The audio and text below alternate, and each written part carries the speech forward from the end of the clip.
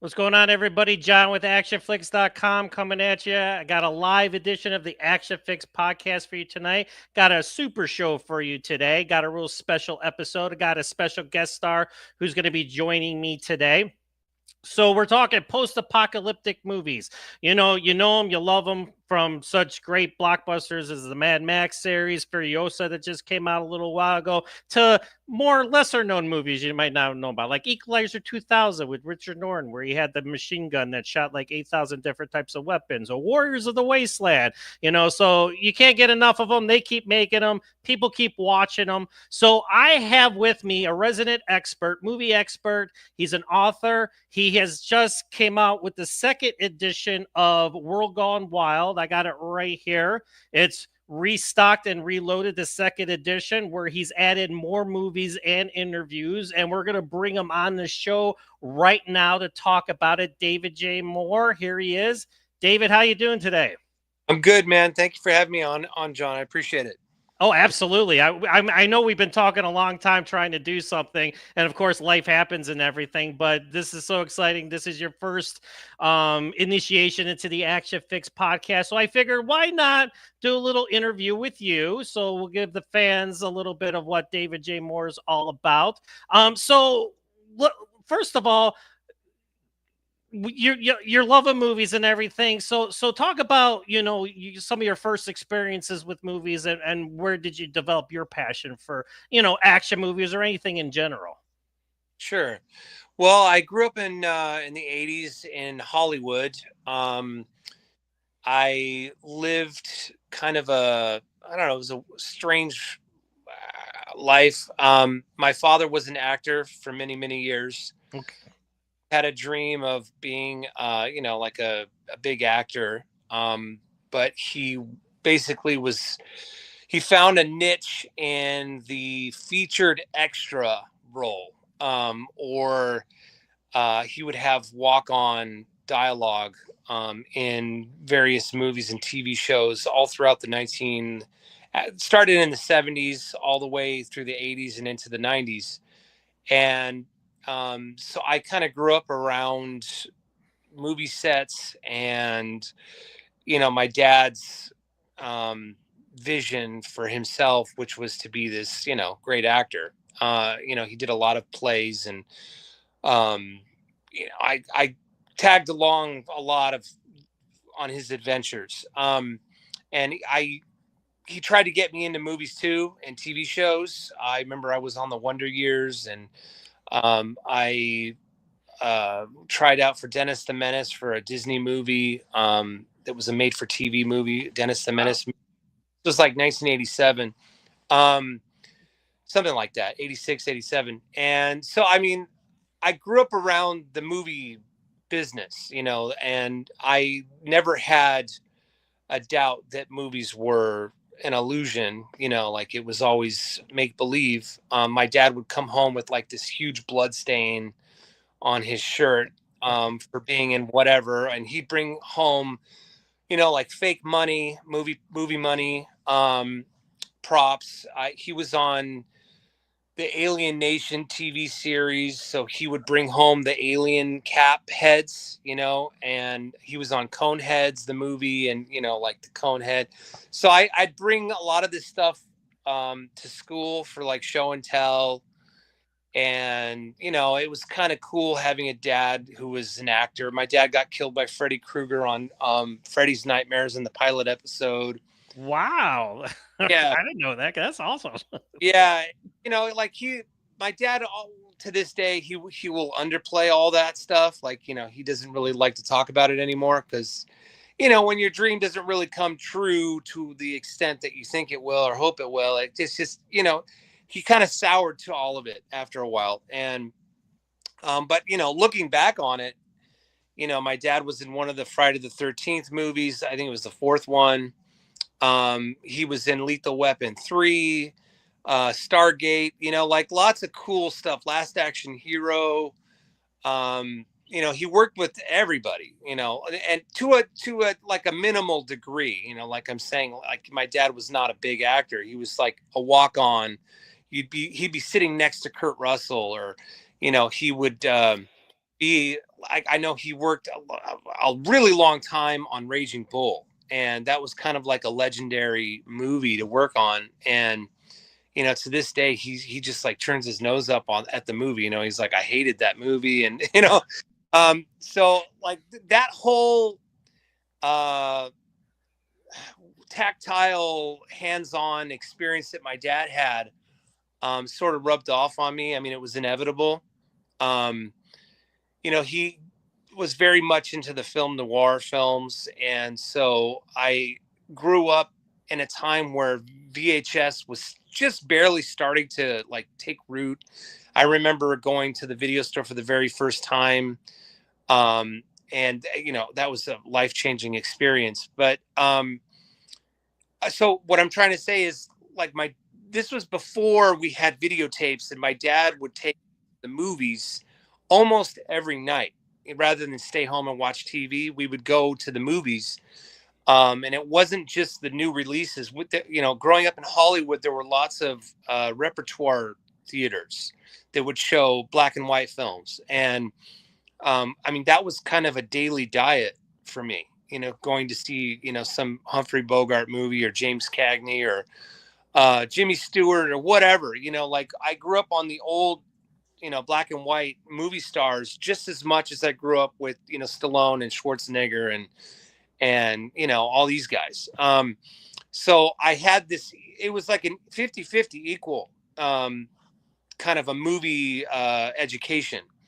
And when video came around, my parents didn't really embrace that very much. A little bit. Like I remember when we first got a VCR, my dad would record stuff from like the Z channel. We had the Z channel, which is kind of a legendary, almost mythical cable TV station that sort of came and went really quickly. But they had an amazing program. Like they had amazing stuff. And my dad would record stuff just constantly, just record. And so I still have all those tapes. And, I grew up watching kind of oddball, obscure movies over and over growing up. Like Jim Cotta was like one of my like top 10 movies of all time as a kid, like That's right. Yeah. I remember seeing that movie on the Z channel we had it recorded.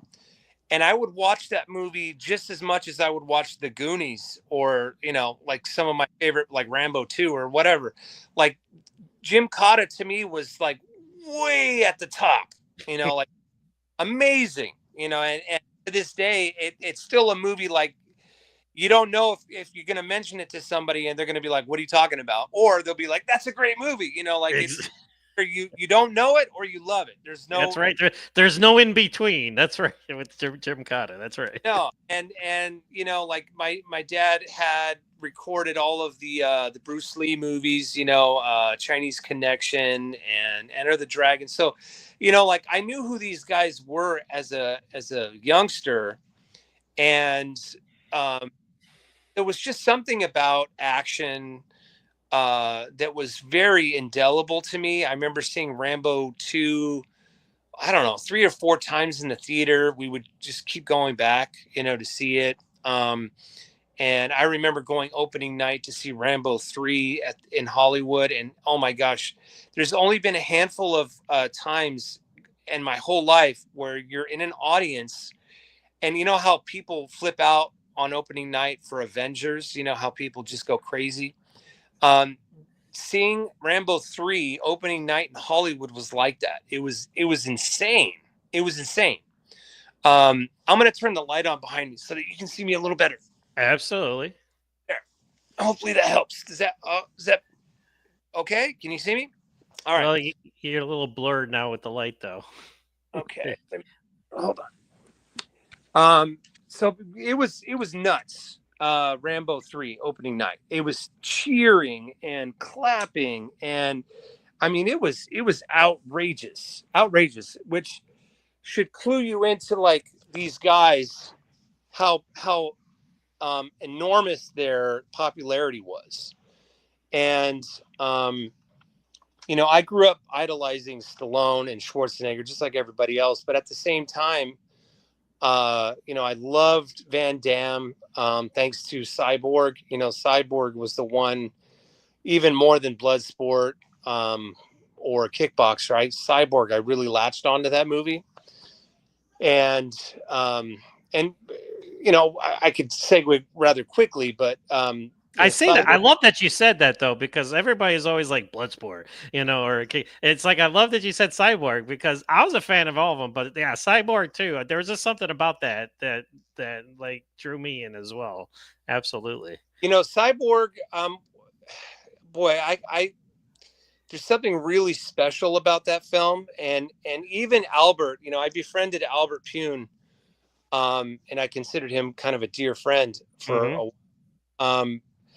he didn't understand why that movie was special. He didn't get it. It was really strange. He never quite understood why people liked Cyborg. He had that horrible director's cut, the Slingers, or whatever it was called. And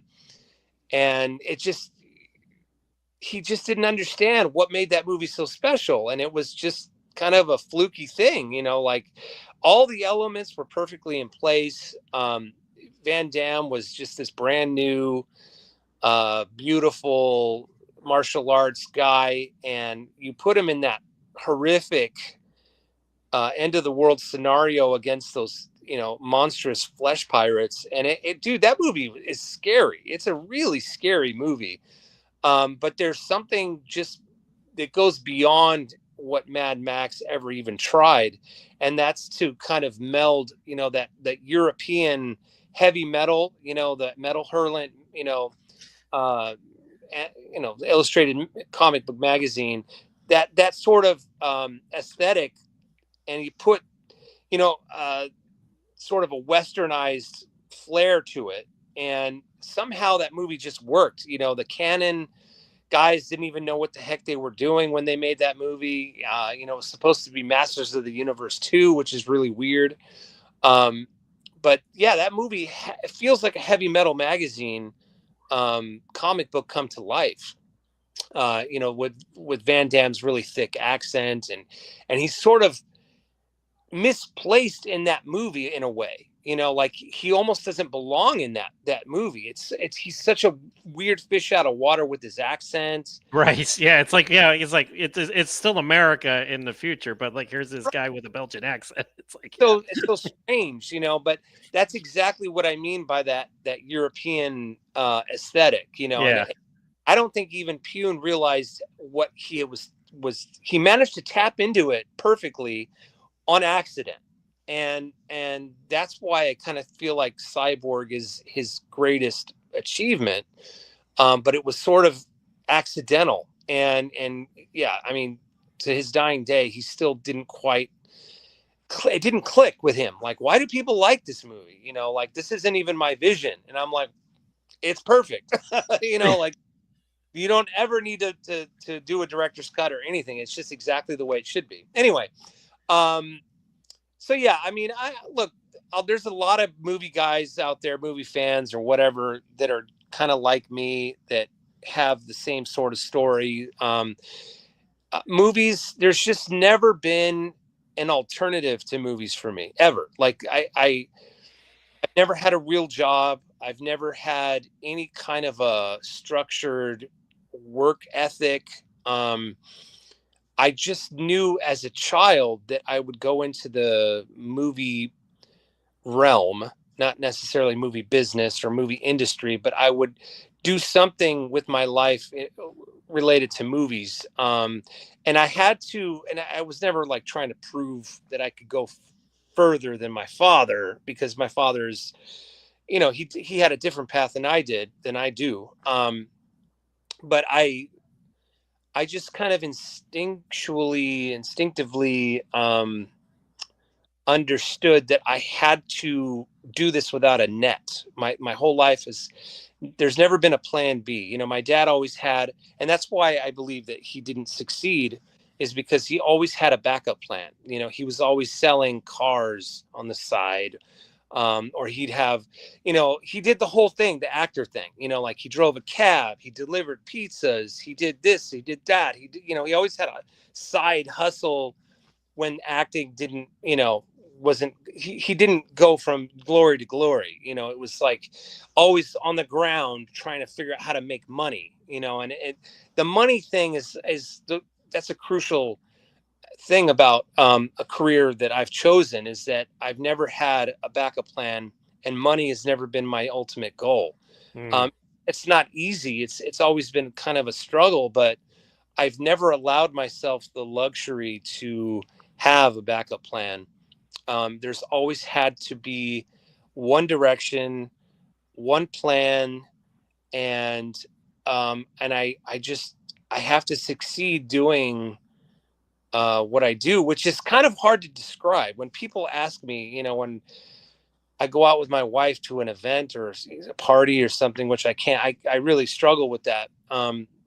Just for different reasons. Personally, I don't enjoy social situations very much, but when people ask me, oh, what do you do? Like the usual question you would ask to be polite, and I always say I'm a writer and I'm a publicist, That's and good. Yeah, that's what I tell people. They're like, yeah, exactly. You're a writer and you're well, publicist, PR, that type of stuff. I call you a movie expert too, because exactly.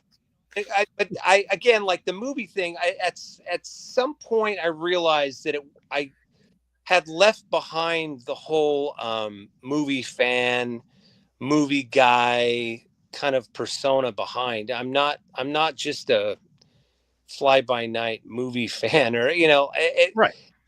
somebody called me a film historian, and then when they did that, once I started doing commentaries for Blu-rays and things, and then it sort of clicked. I was like, oh, maybe that sounds right. Like a film historian. And I hate, I refuse to show off my collection, of movies, because it's not a collection. It goes way beyond what anybody like can possibly conceive. I don't like to show my stuff off, because it's an archive now. Like what I have is an archive, and I collect and preserve all kinds of media, hard copy media, because I never know when I'm going to need it.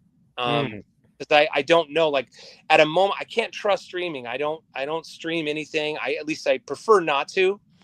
I don't like to do any kind of Netflix or any of that stuff. I need a Blu-ray, I need a VHS, I need a laser disc. I need something that's immediately accessible. I know exactly where everything is, and I buy stuff by the bulk, because I don't know when I'm going to need it for another project. I don't know when I'm going to need some random 80s teen sex comedy from 1982.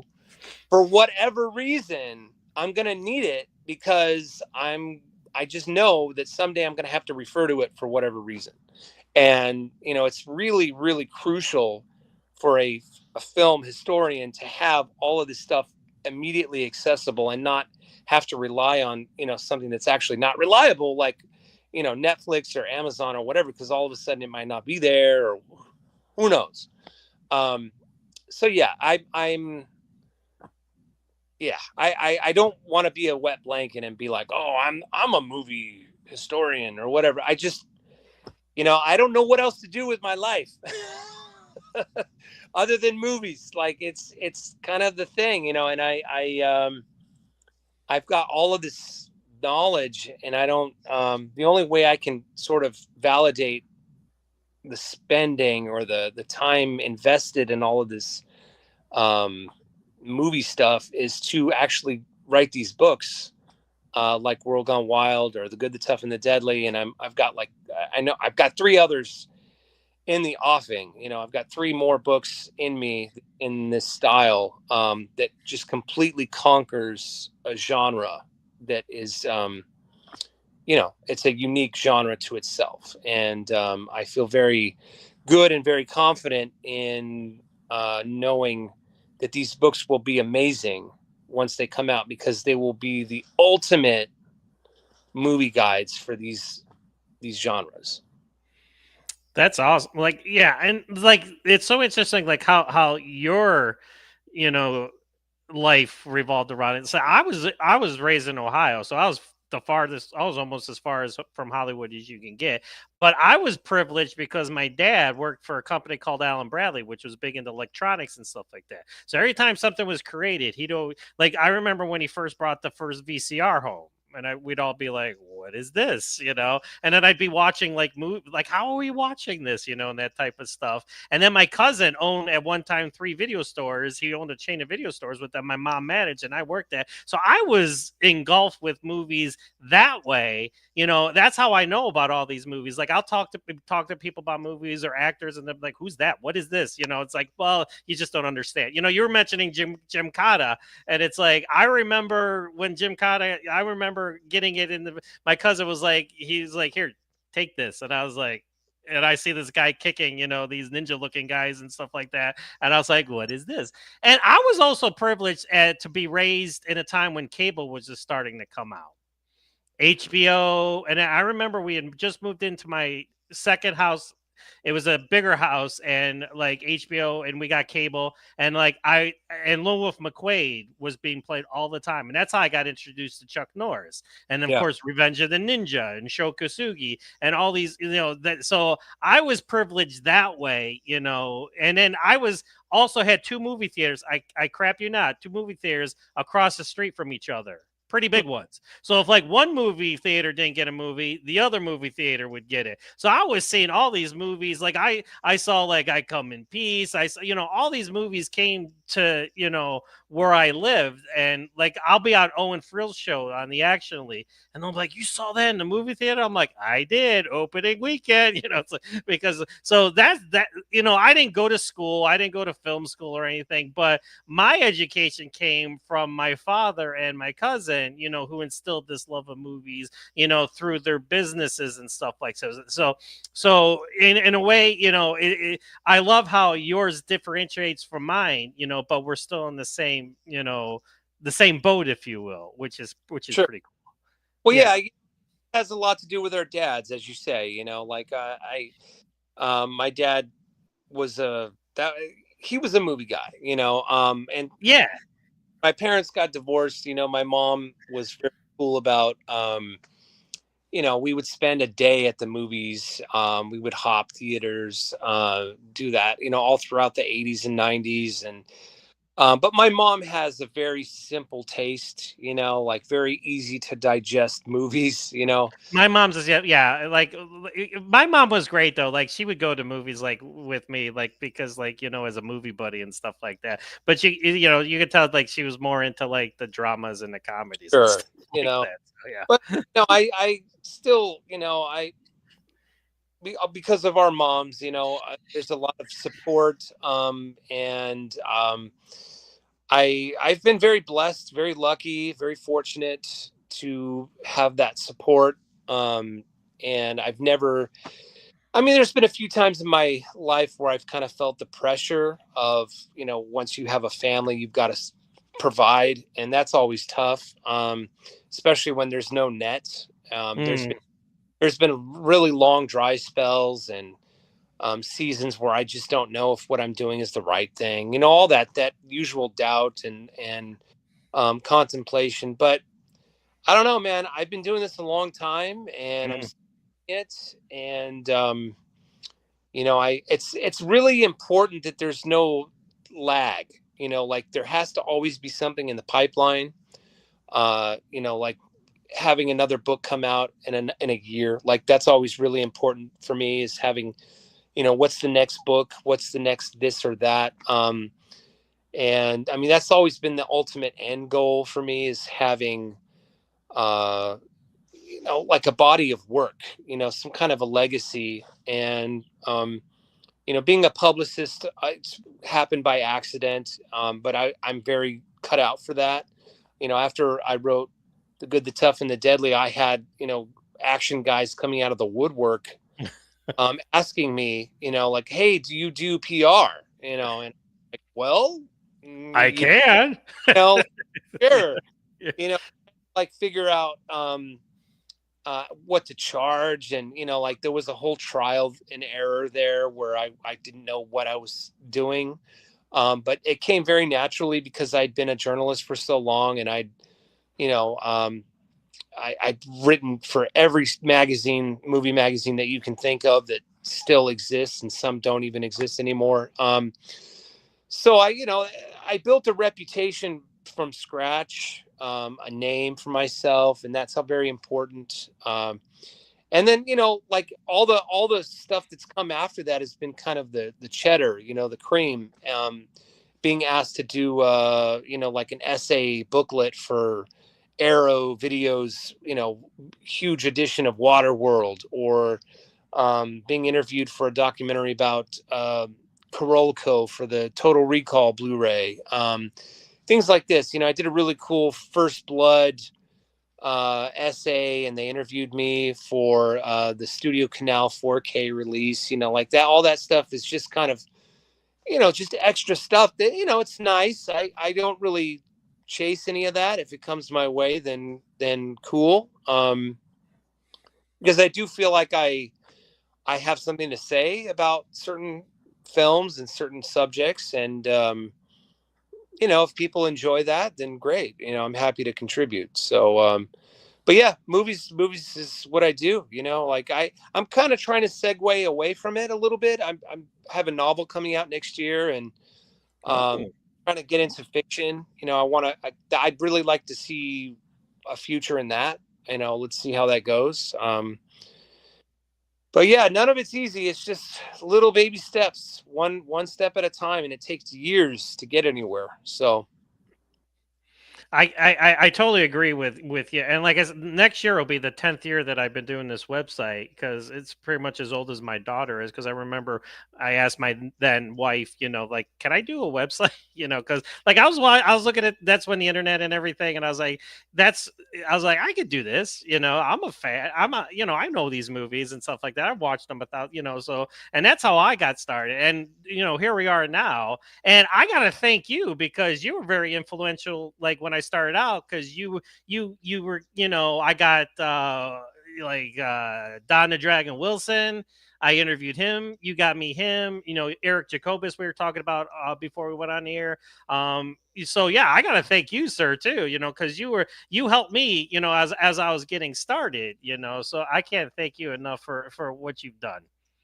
well, that's the thing, is that the action and martial arts realm, it's a community. And I figured that out early on, when I was doing The Good, the Tough, and the Deadly, my book about action stars. I realized that it's a very close knit family. It's a community, and whenever I see someone who has a heart and a spirit for lifting these action stars and these action movies up, rather than tearing them down because so many of them are cruddy or crappy, or so Exactly. Yeah. Yeah. it's so easy to say, like, oh, Steven Seagal got fat and these movies suck, or what, like I've never done that ever. I've always pointed out the positives, for the crummiest movies, and like the great action stars who fell or whatever. And when I see someone like you, and I remember, I don't, it must have been when I was on social media, Facebook or whatever, Yes. and because I don't do that anymore. But I saw your spirit, and your attitude was good. It was very positive. You're always very, very positive.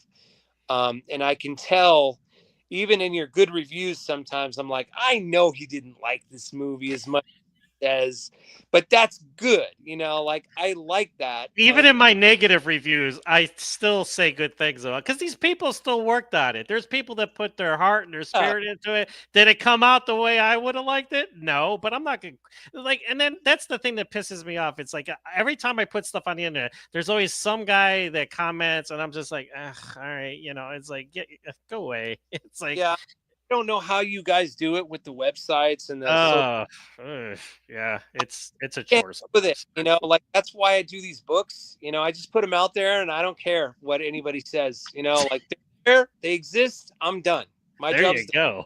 Yeah. Yeah, I don't know how you got. I remember Facebook and all I that. tune it out a lot. I mean, like if somebody does something really negative or really bad, I just delete it and then delete them and say bye bye. You know, that's the easiest way to do. Owen's the same way. He'll just be like delete. You know, we laugh about it all the time. It's just, hey, this guy or that guy. Oh yeah, it's the only thing you can do because the world sucks enough as it is. Oh, I You know. know.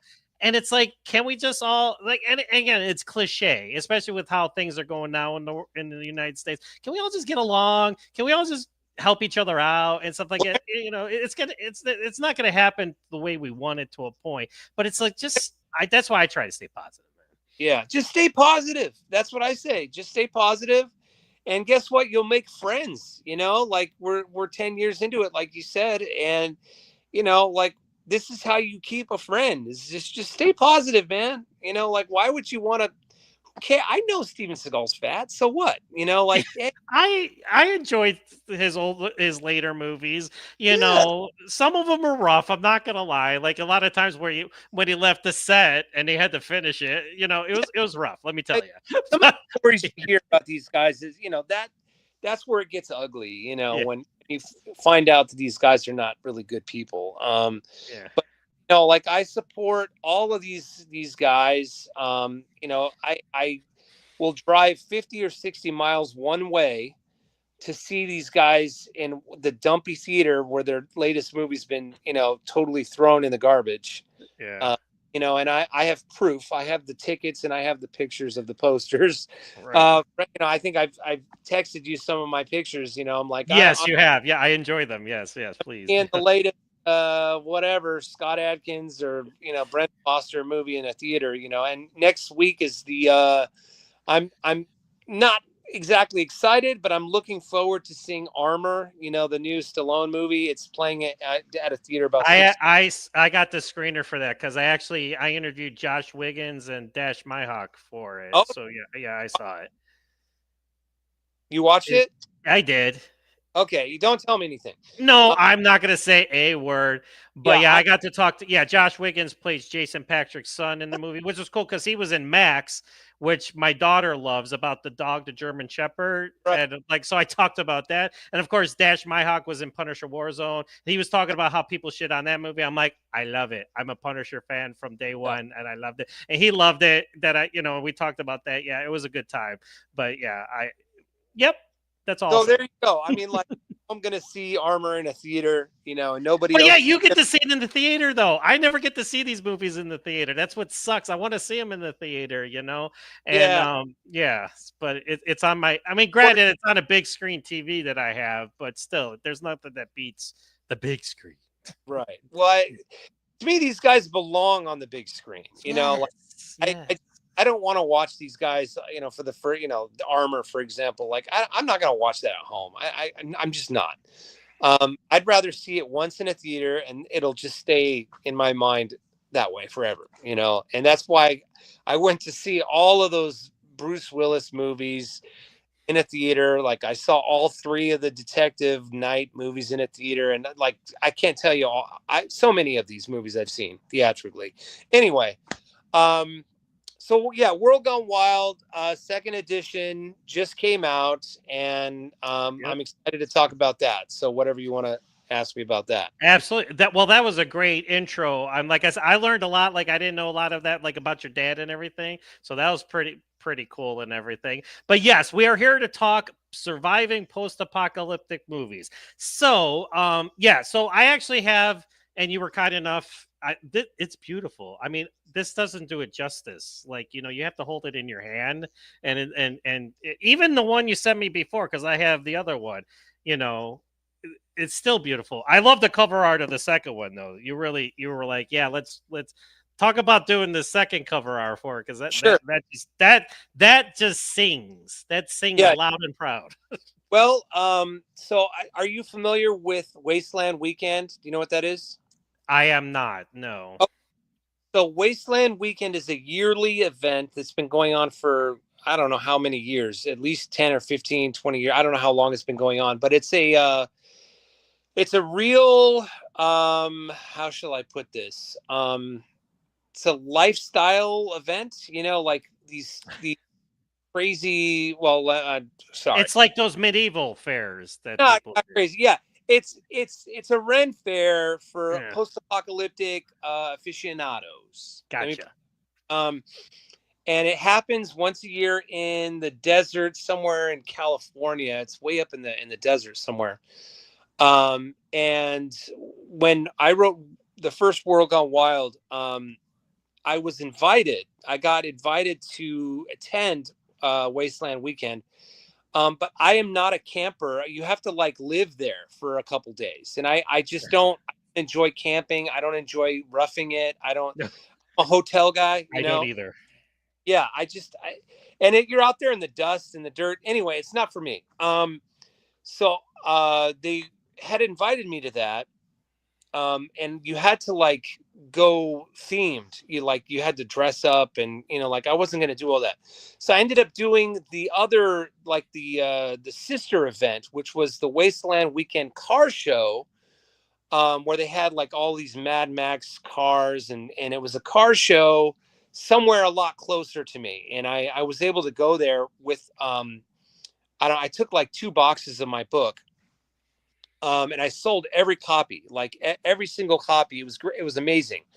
Because I've done San Diego Comic-Con, I've done book signings at Barnes and Noble, I've done all kinds of events, horror conventions, but I would never sell that many copies. I'd sell a couple. But at that Wasteland Weekend Car Show, I sold every copy, and I made friends, like guys who were really friendly, and I befriended these guys, and one of the guys did the poster artwork for the Wasteland Weekend events. It was like a flyer. And I asked that guy, once I knew I was doing the second edition, if he would be interested in doing the poster or the cover for my book. And it didn't quite work out, so he referred me to another guy, and that guy, Terry Wolfinger, and that's the artist that you see right there. And so I reached out to Terry, who had done some really nice looking Wasteland Weekend posters, and he did some really amazing looking Mad Max Road Warrior artwork. And I was like, I want that guy to do the cover, So I had to get the approval of my publisher, and they liked what they saw. And anyway, it worked out. But that artwork that you see there has been done for a couple of years. Like this edition of the book should have come out a couple of years ago, and it just kept getting delayed. So luckily we had plenty of time to design it. I told them kind of what I wanted, like I want a mohawk, and I want the guy to be like partly a cyborg, and we kept adding and subtracting. And then the girl on there, that's the model, her name is Christian Petra. Okay. I think I'm saying that right. She is the star of the movie Bounty Killer that came out some years ago. It had. Oh yeah, I know that movie. Exactly. Yeah. Okay. I had befriended her a little bit. She supported the release of my book. She came to my book signing the first time the first book came out. She was really cool, really gracious, and I asked her permission if I could use her as the model for that girl, and she was all over it. She was great. She sent me a bunch of like bikini pictures. She's like, you can use any of these poses, or like, and so I sent that stuff to Terry, and he designed that. And then I said, like, I want the girl to either have like a dog on a leash or a zombie on a leash. And so he put the zombie there. And so, yeah, like it was really fun to design that. And I'm happy with it. Oh yeah, it definitely stands out. I mean, like the other cover was good, but this one just pops. It definitely grabs your attention. Dare I say more? Than the first edition too. At least in my opinion. Absolutely.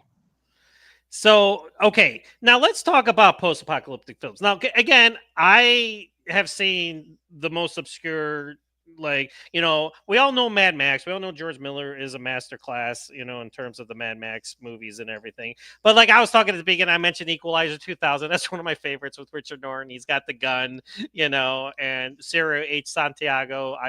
Watched all of his movies, the war movies and everything. It's like post-apocalyptic movies, like people want to be transported somewhere when they see a movie, sometimes positively and sometimes negatively. And I think that's why these movies resonate so well, is because people, it's hard to, like, in my opinion, I think that, like, when people have a hard life or something, like, they want to see something worse, if you know what I'm saying. And they're like, and then of course then there's the hero or the heroine, and then, even though the world sucks, there's still something good happens in terms of them saving something, whether it be a group of people or this person, or something like that. What are your opinions on it? Well, I'm kind of glad that I'm not going to do a third edition of this book, because it's depressing overall. Yeah. It's a depressing subject overall. I mean, even the most escapism films like the Mad Max, even Furiosa, whatever. As much as I love those movies, there's still an element of decimation, and Yes. like everybody's dead. you know, Or like most of everybody's yeah, dead. it's devastating, and that's the whole thing with this genre, is that it's a devastating genre. And even my most beloved films that I love and will watch, repeatedly, they all kind of just have they're sad, if you think about it. So there is definitely the two types. There's the fun, the let's pretend kind of movies. Like, realistically, Mad Max, Road Warrior, Furiosa, these movies, Escape from New York, never going to happen in real life. Yeah. Never going to happen. Terminator, not going to happen. But you look at The Road, or you look at, The Day After, or Threads, or Testament, or these movies that are very realistic. Yes. Almost like a scientific close up of what could be, where you're just dealing with humanity, and the loss of countries and nations, and families are wiped out, and that stuff. It's harrowing, and it's so deeply depressing that it's like, it's a warning. It's a warning to us, like, do not do this to yourselves, humans. And when you look at those movies from that kind of point of view, where you're kind of studying humanity and what we do to ourselves at that stage, the bombs fall, or a comet falls, like Greenland was a really good movie, recent movie. Oh yeah. Yep. Yep. That really good movie, but man, it was like showing the worst of humanity. Everybody's desperate to get that entrance into the bomb shelter, or whatever it was. Um, so, like, when you look at those movies, it's it chills you to your soul, especially if you have a family. And Exactly. Like that scene with Gerard Butler's wife and her child. Like I can't. It's like I don't think I could ever watch that again. yeah, like, I hate to say it, but like the childless cat ladies, let's just call them that, just because that's the term now, right? Um, those people may not quite be affected in the same way as, like, No. like a father or a mother trying to save your children from a group of marauders who want to steal what you have, or you know what I mean? Like, Absolutely 100%. clear message to family with these movies. It's like, you will do anything it takes to save your family and to get your family to safety before it's over. Hmm. A person with a family has way more to lose than somebody who's on their own. So, in that regard, these types of movies that I'm talking about are warnings, and there's an element of escapism, yes, but at the same time, um, you just don't want to go there, man. Some of these movies I just didn't want to watch. I mean, I watched some really grim movies. Some of them are really grim. Mm-hmm. I mean, The Mist is a good example. The way the Oh, Mist, like why do you want to watch that again? one of Like, the worst endings to a oh, movie. It's like hard to find one. that again. I mean, like I like that movie except for that ending. Just got like the last 5 minutes of No Time to Die. Like why? Why? Why would you do that to James Bond? Yeah. Like Bond would never commit suicide. And I will always say that he committed suicide because that's exactly what he did. Like why? Yes, he did. Spoiler alert if you haven't seen it. Yes. People But know you it late. And like dude, don't even get me started on that movie. Don't because once I go, we're gonna do 2 hours. Oh, Owen's the same way. He's a big James Bond fan. I'm a James Bond fan, but you guys are like super James Bond fans, and you get him talking about that movie, it's like No, he's no. carving through. He's slicing It, and dicing. it's bad news, dude. I mean Yeah. that's the message to yeah. Don't even get me started. We Change can the do subject. Here we go. Back to it, post-apocalyptic. like The Mist or whatever.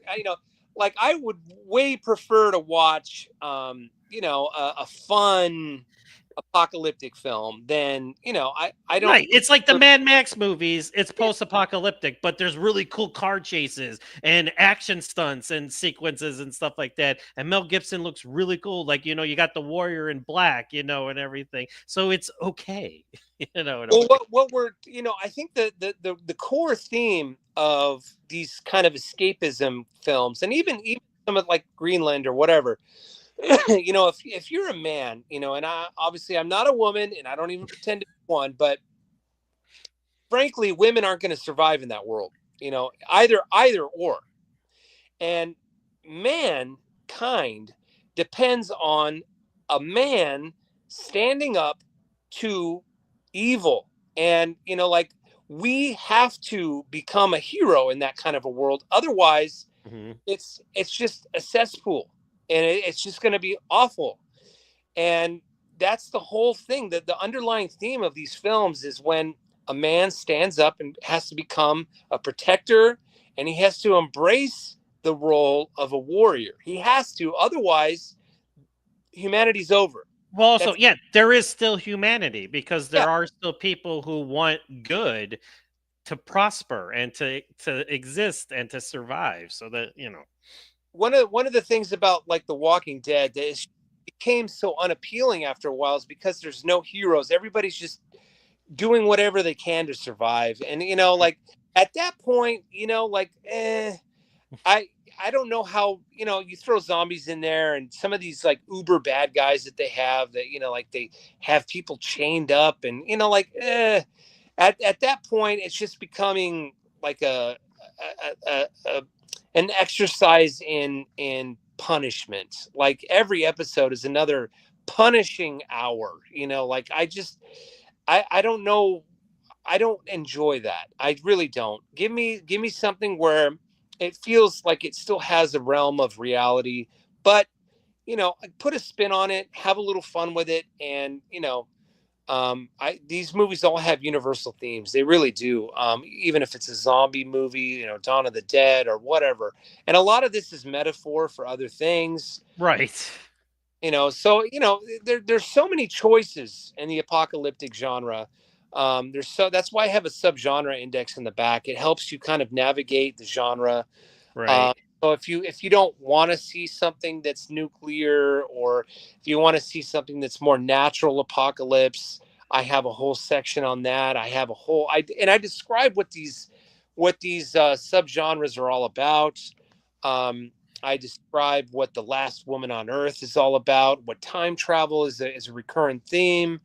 I mean, there's even an adult film category in the back there. Like there's so many different subgenres for this one massive genre that you can spend literally a lifetime trying to discover movies that you would consider gems or favorites. You know, there's some people will have favorites, and some people will absolutely hate a movie like The Mist because it has something in it that you absolutely hate. And I try to describe all that at the end of the book. You can always turn it off before it happens. Is just think that they all live. Well, that's what I would do with No Time to Die. You know, just turn it off. Just turn it off. Turn it off. So going through creating this book, because like I said, like obviously there's the ones everybody knows about, and then again, like I liked looking at this book because like it would remind me of movies that I love but had forgotten about, like Slipstream. Mark Hamill was an anti-hero badass. Nobody knows that. You know, it's like I need to go back and watch that movie again, you know, type of thing. So how did you find like these like the really obscure ones? Like I'm trying to find I'm like I Am Virgin. There's a good one. Yeah. So that was. I'm Dreaming of a White Doomsday. Never heard of that one. Like, okay, how did you get these? Like, how did you get such a comprehensive collection of like known and not so known? Right. Well, you know, my finger is always on the pulse of everything that's coming out, and that's kind of the joy that I have. There's not a lot of joys left for me for movies, and I it's kind of a complicated statement. I've become so bored with just movies in general. Movies are just so boring. I get it. Yeah, there's been so many, you know, you kind of hit that, you know, you kind of hit that rock, you know. You do, you know, and everything I can just tell right like within a couple of minutes of a movie. I know the trajectory of where that's going, and I just, and even the way people act now, it's just strange. Like I don't like the way movies are made now. I don't like the way people act. I just there's no classically trained actors anymore, and filmmakers are relying on tropes of, you know, like recent films, and it's just it's a kind of a cluster right now, and it's not good.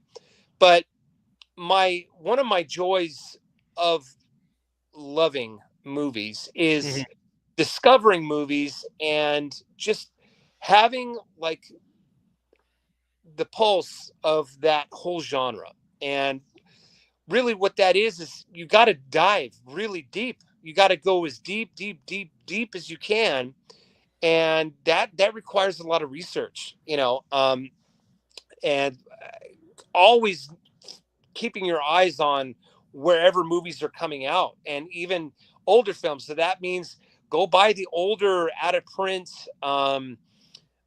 movie guides, you know, that just aren't even published anymore. You gotta like, I remember reading cover to cover. I miss, yes, like Starlog. Yeah, like magazines. My child's like, "What is this?" It's a magazine. Yeah, it's like this was before the internet. This is how we got our information. When I was a kid, I would read like Leonard Maltin's early books cover to cover. I read every single word in some of these movie guidebooks, and like every word, every review, every movie, and I would take notes, you know, and I would like want to know, I got to see that movie, I got to see that movie, you know, and not just his book, but other books too. That don't, you would, if I show them to you, be like, I didn't even know that book existed. Uh, so lots of that kind of thing. And what makes it really difficult for me, though, John, is the streaming stuff. Like, I don't know what the heck is streaming, and I have to like.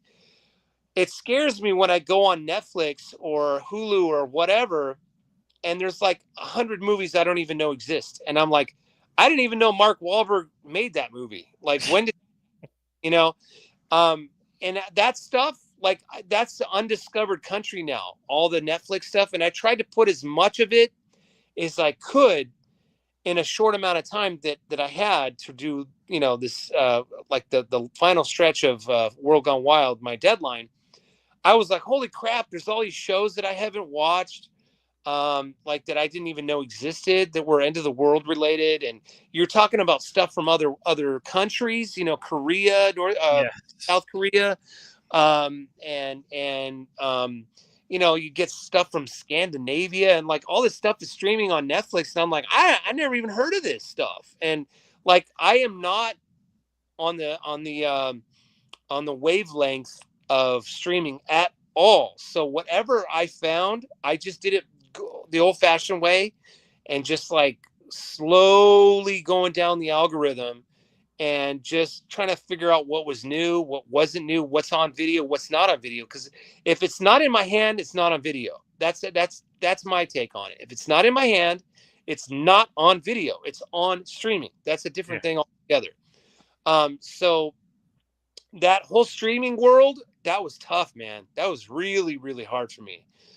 There's so much stuff that's not even on video now. They don't get any kind of DVD release.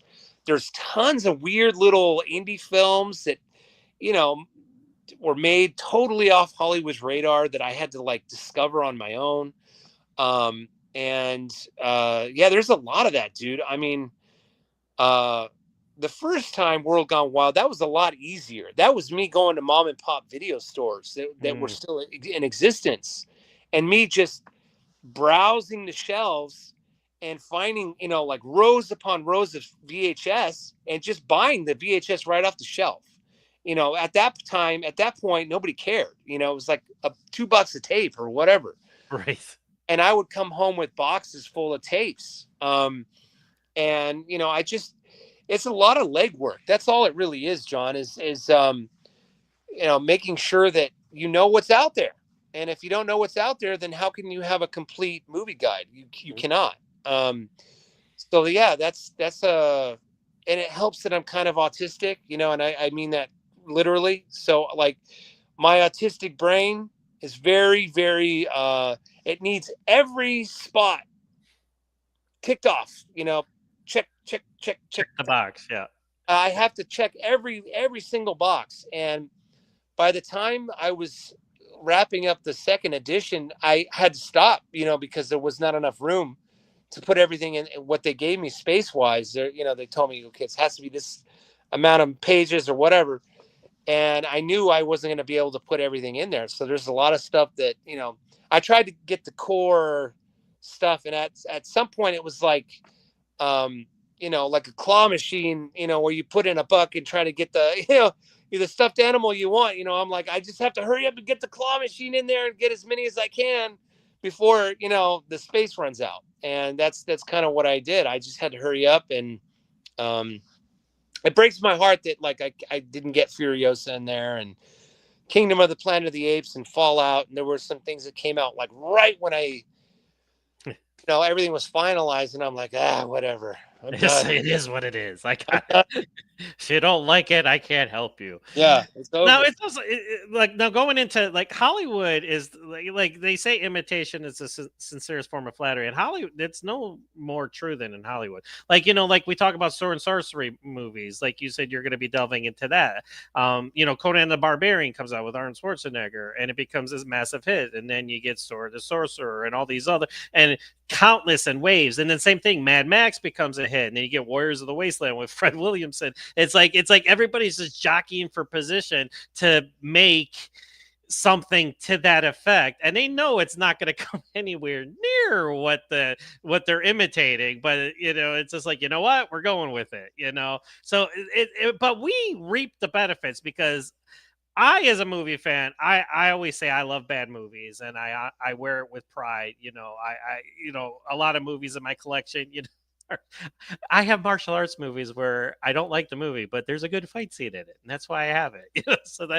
That's how. So talk about like the imitation factor. It's like, and like I mentioned, Equalizer 2000 with Richard Norton. I can't tell you how much I love that movie. It's cheaply made, yes, but it's got some great action. And Richard Norton's awesome. He always is. He elevates anything, and that gun was just badass. It's like, so talk about that. Sure. I actually just went to a screening of Equalizer 2000. They screened it with Wheels of Fire at the New Beverly in a theater. Yeah, and yes, of course. That was my first time seeing both of those in a in 35 millimeter. It was really cool. That was awesome. A couple months ago, but anyway, the imitation factor. Well, how do I put this? sometimes I It's all will. about money. I mean, like they're Sure. like, this is what's hot. This is what we're doing. It's like so. Like John Wick came out, and then all these action movies came out. It was gun fu. It was martial arts combined with gunfire. It's like it's this. The Matrix came out, bullet time. That type of. Yeah, it's like it's ridiculous. Right. Well, so in terms of like Mad Max and like you mentioned Conan, these are movies that are easily imitated. They really are. They're Yes. both films,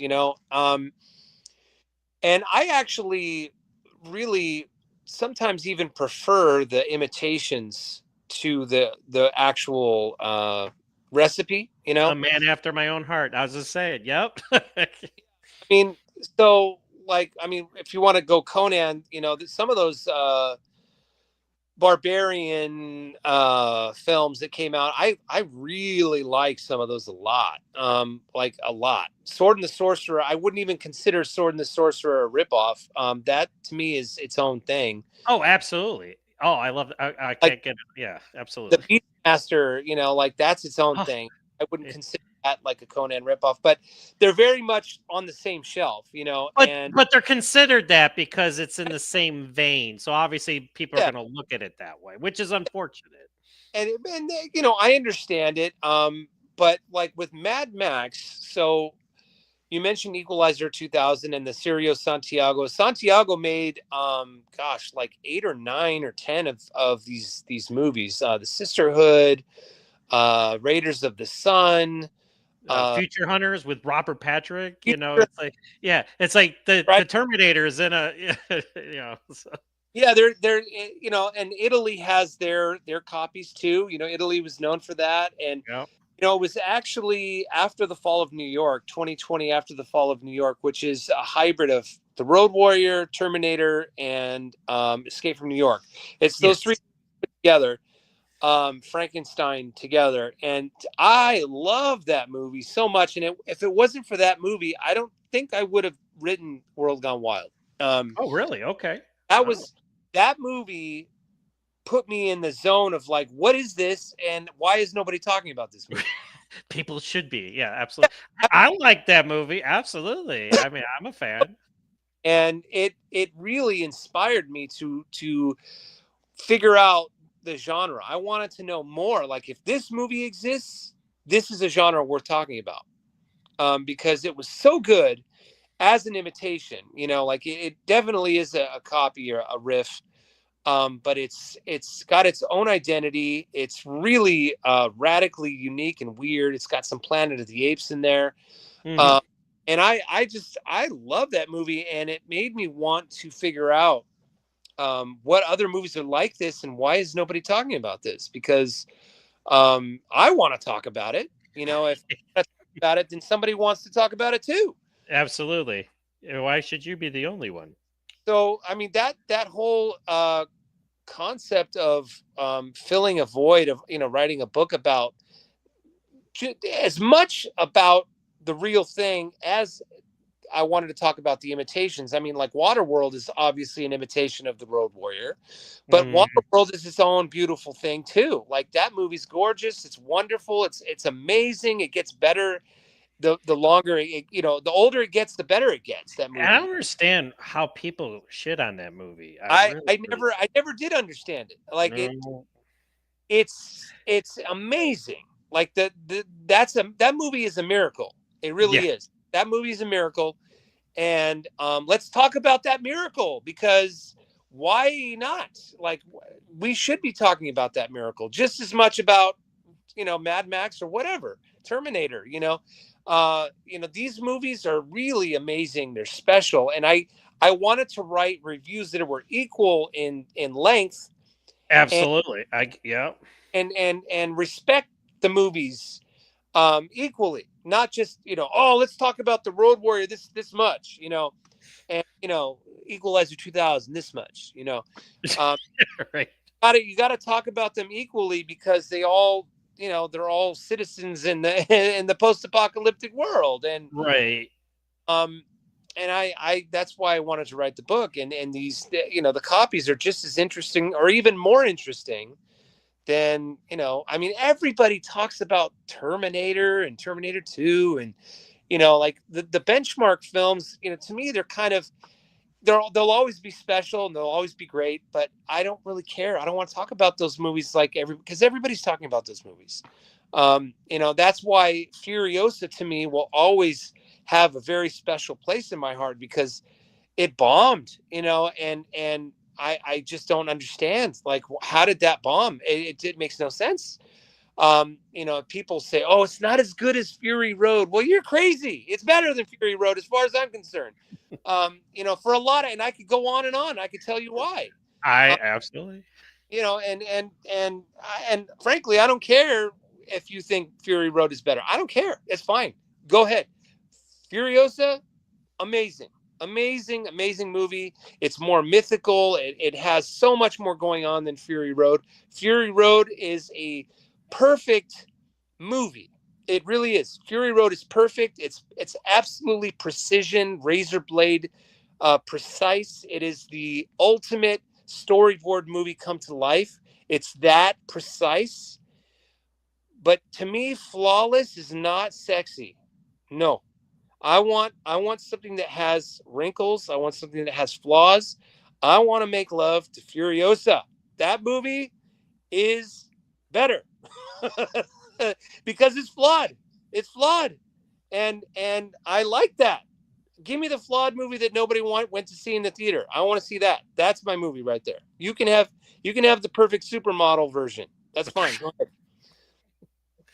Now, the other thing too, and again, like as a kid, again, the other thing about post-apocalyptic movies was a lot of times there's really cool shit in it. And I was actually like looking up the one with Michael Beck, Warlords of the 21st Century, which is also called Battle Truck. Yeah, I love that movie. One, I like Michael Beck. I'm a Megaforce fan. Yeah. But it's like they have the motorcycles, and like again with the Mad Max movies and stuff like that.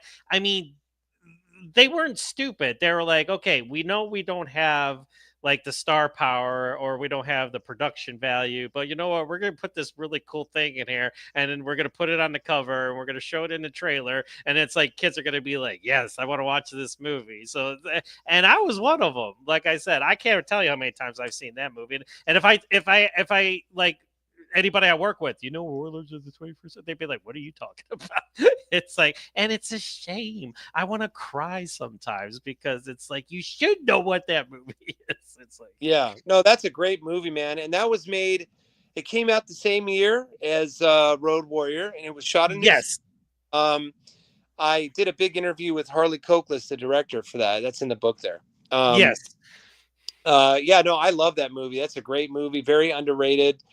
I don't know why Shout Factory did not put out a widescreen version of that. They did a double bill with, I think it was Death Sport, and they put just a cruddy full frame transfer. So I'm hoping someday Shout will correct that and do a nice widescreen version of that, because I know it was shot, real wide.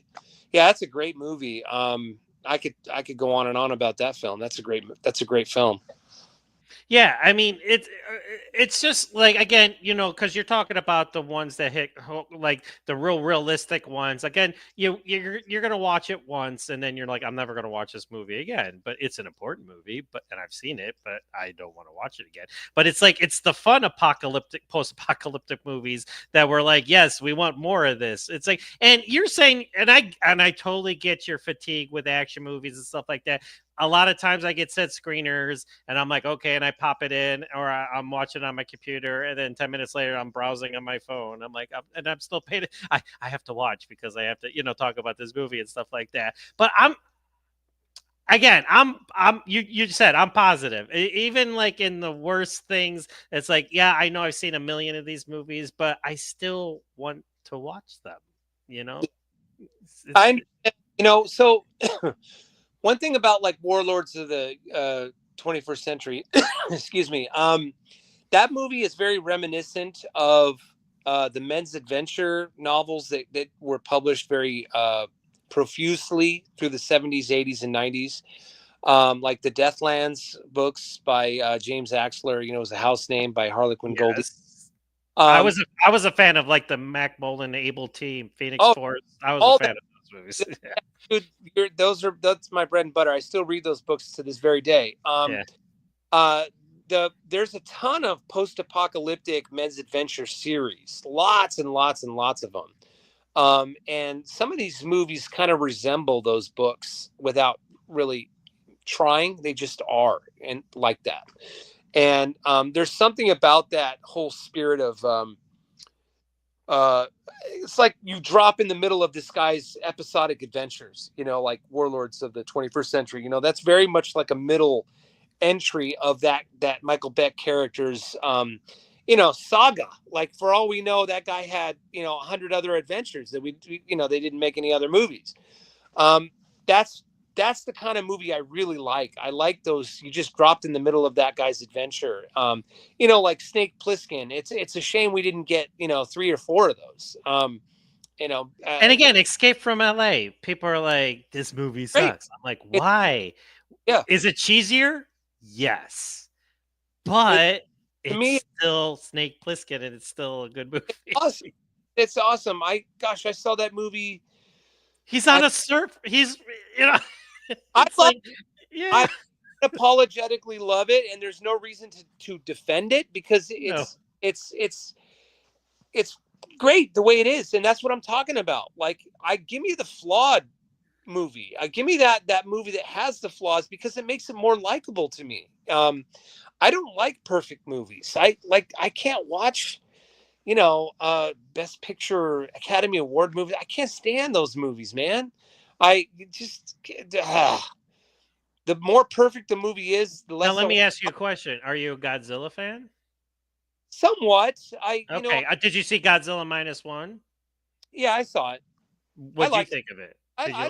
It was very weepy, and like, I don't know. I've never been a fan of the characters in a Godzilla movie. Who cares? Like, that movie has a lot of melodrama. And Well, the characters are, at least on my end and a lot of people's end, you cared about these people. But I thought it was the best interpretation of Godzilla on screen that I'd seen in a while. it was really, really good. I remember being totally flabbergasted when I went to see it opening night. I was like, holy moly, this is a really good Godzilla. And I'm not like a Godzilla aficionado. I have probably, I don't know, 30 or 40 Godzilla movies, and I've seen maybe 10 of them. And I like I bought that Criterion collection thing, and I have I have a ton of those Godzilla movies, but I've never been a big fan. I remember my parents took me to see Godzilla in 1985 at the Cinerama Dome in 85, and like, that was my first encounter with Godzilla. So like, I prefer these kind of yeah, I liked 0 - 1 a lot. That was really good. I didn't like Shin Godzilla. I didn't like how he transformed into that. Yeah. I was like, this is not my Godzilla. This is not. Yeah. And then he was like I don't even know what the hell I was watching after a while. Yeah. Like, yeah. And even Gareth Edwards' Godzilla film, I didn't really like that too much. I don't know. Godzilla's he's just a big monster, like, I don't know. Well, I was just asking because you were saying how you don't like perfect, because people say Godzilla -1 is it could be considered a perfect movie. It's and it has a big monster in it. It just happens to have a big monster in it. I love it. I mean, I can't say enough good, because I am a Godzilla aficionado, and like I said, bar none, he's the most savage in that movie that he's ever been put to film, and that's what I love about it. Really darn good Godzilla movie, even for me, for someone who's not, my keen eye is not like looking for Godzilla flaws or right. whatever. But even because even as a casual fan watch this movie, you're just like, holy shit, did he just do that? It's like, yeah. Really good. I will say that I like that even better than the last couple of Kong versus Godzilla movies. Those were okay. Very colorful and goofy. Well, let's get you back on track here, because I asked you that question. Yeah. Now, the other thing I think about in action movies in general, but post-apocalyptic movies, because they are considered action movies because there's action in a lot of them. I mean, it's just like, at least for me, like, because I have a generic job. I've always had generic jobs. The only time I loved my job was when I was teaching martial arts. But it's like you have a bad day, or like, what I've been put through and everything in the last year or so. It's like you want to watch a movie where there's this guy or girl, it could be female or male, they just lay waste the, bad guys and shit, and it makes you feel better because you're like, yes. It's like, you know what? It's like, because you kind of like you kind of see them doing that like for your life, you know what I'm saying? Yeah. It just, for me, the way I relax, I tend to prefer to watch something I've never seen. I'm at that point in my life where I'd rather watch, So you don't you like to watch movies over and over know, again not anymore? like I used to be that way. I'd rather watch some random foreign film, or just there's still a lot of stuff that I've never seen from different countries from the 80s or 70s. And the 70s, 80s, and early 90s are my favorite decades. So I'm trying to tap into. I know this isn't what you wanted to hear, but I'm No, trying to go tap. ahead. Go. Yeah. Like a just that time and place. Even if it's from another country, I'd like to see more. Like I watched a movie from Lapland last night. It was this movie from 1952. It was called The White Reindeer, and it was a really strange little movie, black and white. Um, and like I like going on journeys more than I like bloodlust and action. I'll get it. Like, here's how I interpret that as you're at the point, like, you've seen it so much. You're like, you want to find like the holy grail. Like, you want to find this movie like from the 60s or the 70s that you have not seen before, and it's like this diamond like in the rough, type of thing. It's like, yes, every I once in haven't a seen while this I'll come before. across something, and I'm like, holy crap! Like how did I miss that? Yeah. I mean, there's not a lot of blind spots for me now at this point. There's so many movies that I haven't seen, but there's not really blind spots. Like, and what I mean by that is I know what exists, for the most part. Like The formulas, they're formulaic. It's like it is what it is. Most of uh, 99.9% of the time, you're going to get a formula movie, and it's going to be like, yep, that's what I knew was going to happen. right. And I remember talking to you just briefly about that Brent Foster movie, Life After Fighting, and Yes. like I know why you like it, and I know why people are. I'm sorry, I did. I'm a fan. No, no, don't apologize. Don't apologize. Like, it's not that I didn't like it, and that's the thing. It's like, Yes, I get what you're saying. No, go on. I know what you're it. gonna say. Well, Yes. see, what I don't like about Life After Fighting, and not just that movie, but like Monkey Man, or these new, even the John Wick movies. I don't really like the John Wick movies, and I'll tell you Fair why. enough. Okay. Yep. And it's the action is too clean. It's too robotic, and the movement of the action is all the same. It's all literally, it almost looks like, like you traced somebody's original choreography, and they're just literally copying the same movement, that MMA style of, the way they move, the way they grapple. It's all very clean, and it doesn't have the rough edges of like Jess Speakman and Perfect Weapon, um, Oh, yeah, that's or my the Bible. early the golf films with the Aikido. When you're seeing something for the first time, it absolutely wows you. You're like, I've never seen that kind of martial art before. Or like when you saw The Raid for the first time, when you're looking at these guys do Salat, like it's amazing. When Ong Bak, the first Ong Bak movie, Tony Jaa, the first time I saw that in a theater, I was like, holy crap, I've never seen this before. The elbows, the knees, I and just thought that there was no way that nobody did not go to the hospital after filming this yeah, movie.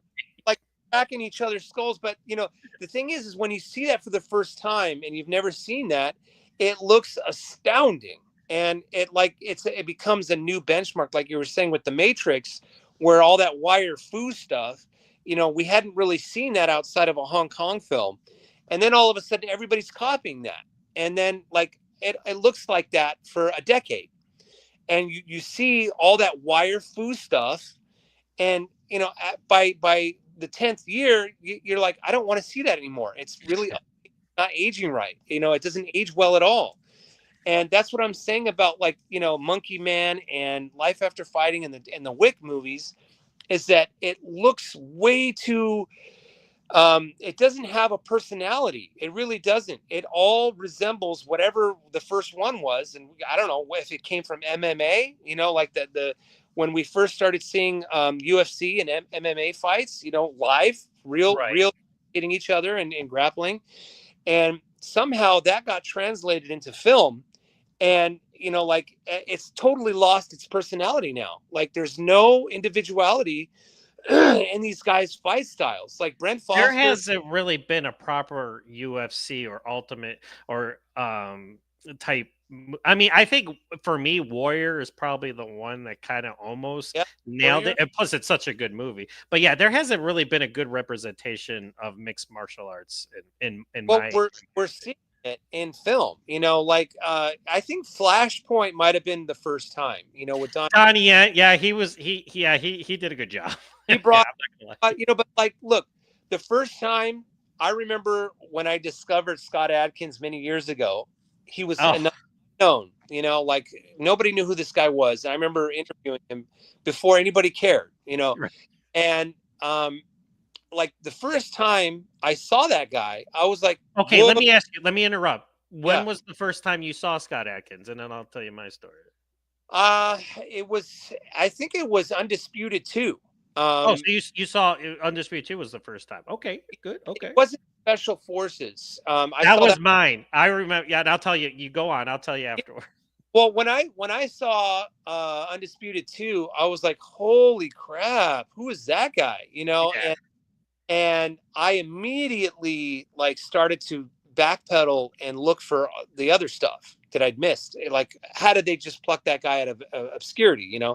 To be like the second lead in this movie. And so, like, but what I'm saying is that his movement in Undisputed 2 was unlike anything I'd ever seen before.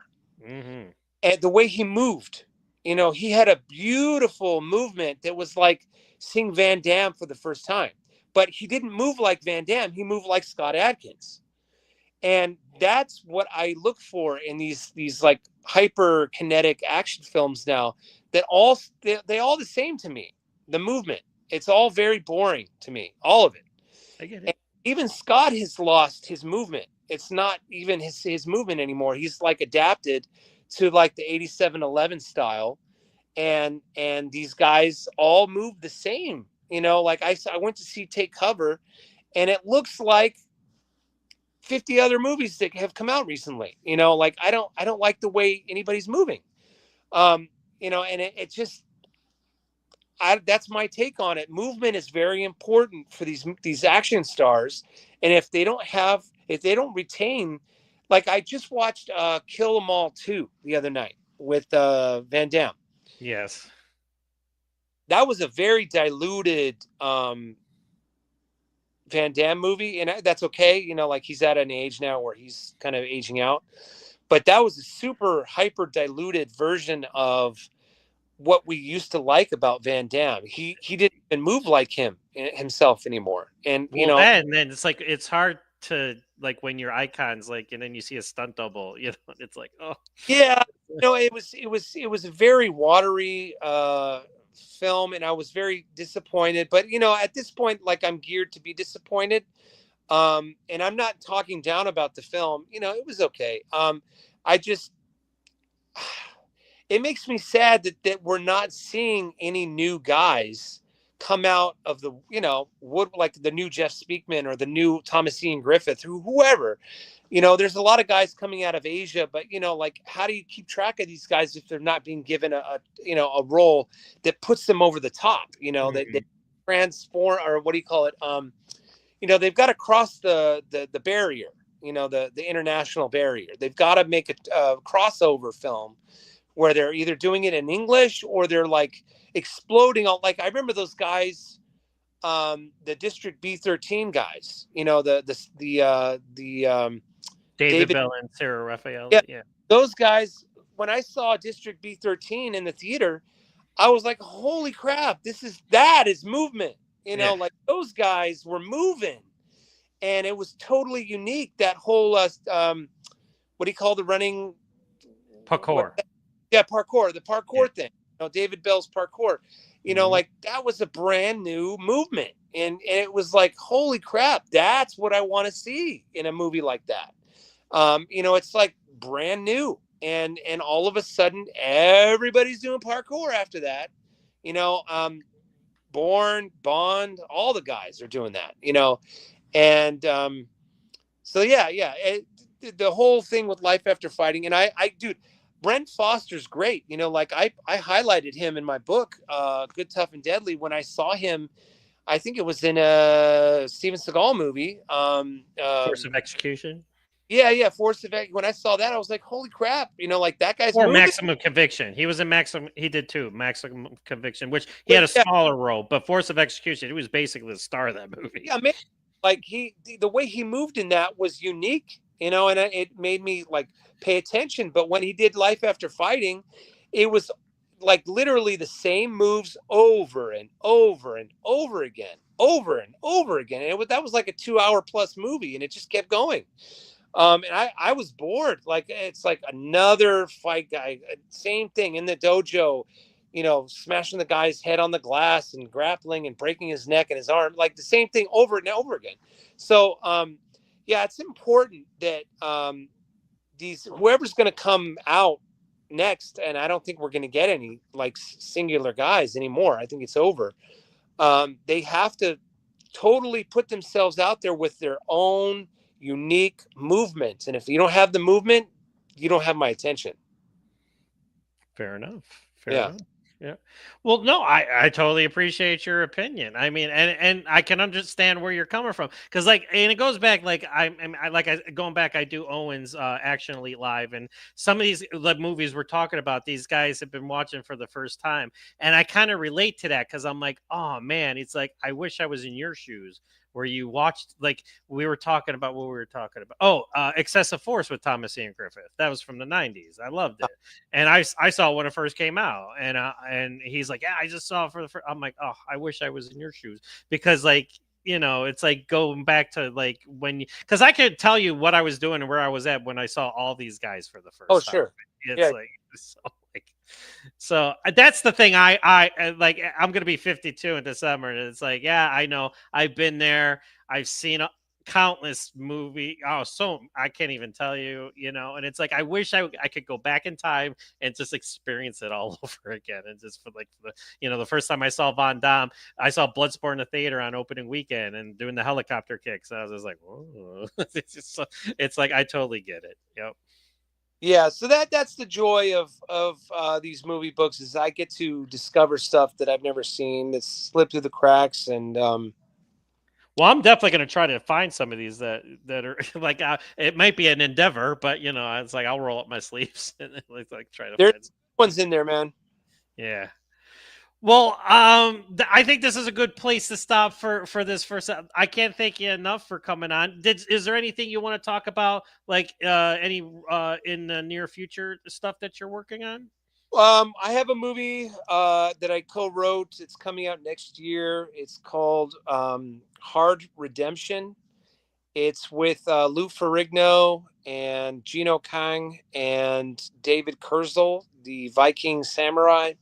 Um, it's a tight little action film. The whole movie's set in a high school, well, like 90% of it, and it's kind of the Substitute meets Die Hard, and it's kind of my take on that kind of cross pollination. A substitute teacher kind of guy gets locked down in a high school with some misfit kids, and there's a killer gang that comes in. And Ferrigno plays the crusty security guard that helps the teacher, fight off the bad guys. So it's a fun movie.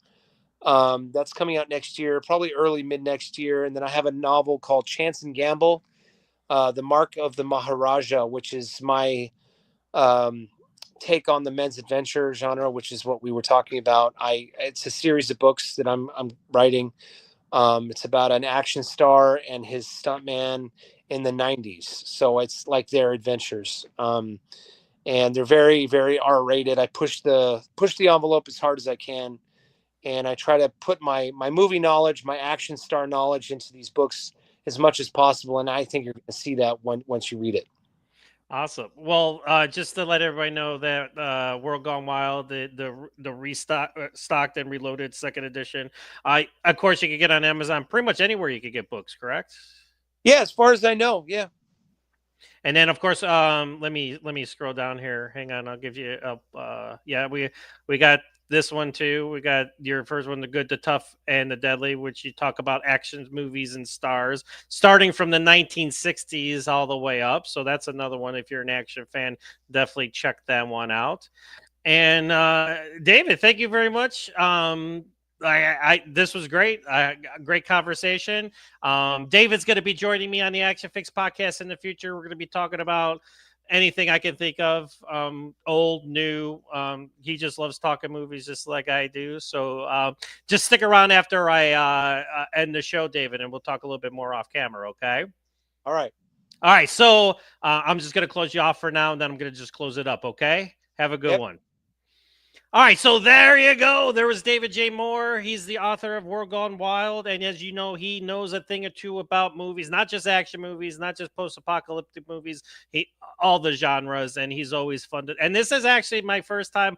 I've known him for probably 10 years, and we have not been able to talk, and this was our first conversation, so that was great. So, to end the show, if you're a fan of action movies, make sure you check out my website, ACTION-FLIX.com, the ultimate destination for your action fix, the Action Fix podcast, which, again, I'm trying to get established with dates and times and stuff like that. But with my life and my work and my schedule and everything, I'm still trying to figure things out. But don't forget to like and subscribe on my YouTube channel. I just crossed over 900 subscribers. I'm getting closer to that coveted 1,000 mark.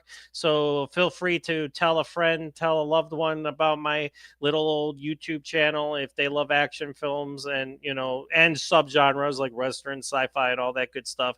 Make sure you check that out. So until next time, make sure you guys are kind to one another, treat others as you would want to treat others, and just watch action movies and just make sure you talk about it and have a good time. All right. Good night, everybody.